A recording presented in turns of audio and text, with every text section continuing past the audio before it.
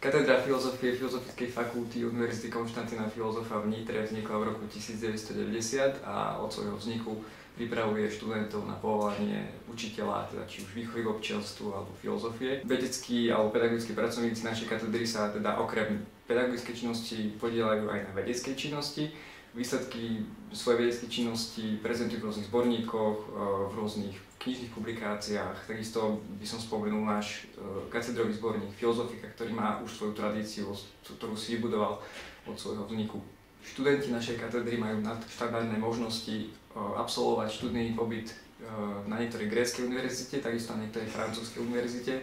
Katedra filozofie podporuje rôznorodé aktivity študentov v oblasti vzdelávania alebo aj mimoštudijné aktivity, predovšetkým možnosť účasti na každoročnej prezentácii vedeckých prác v rámci študentskej vedeckej odbornej umeleckej činnosti.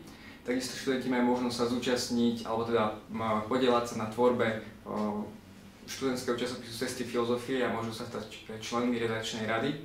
Katedra filozofie takisto podporuje účasť svojich študentov na celofakultných akciách, ako napríklad je vedomostno-športová súťaž o putovný pohár Jacquesa Derridu. Budeme sa tešiť, ak teda príjmete pozvanie a podáte si prihlášku na štúdiu na našej katedre. Dostanete sa tak do žičlivého prostredia, podnetného prostredia, ktoré vám umožní teda nielen získať nové vedomosti a získať kvalitné vzdelanie, ale takisto vám umožní rozšíriť svoje obzory a získať nové kontakty pre ďalší svoj, či už profesionálny alebo súkromný život.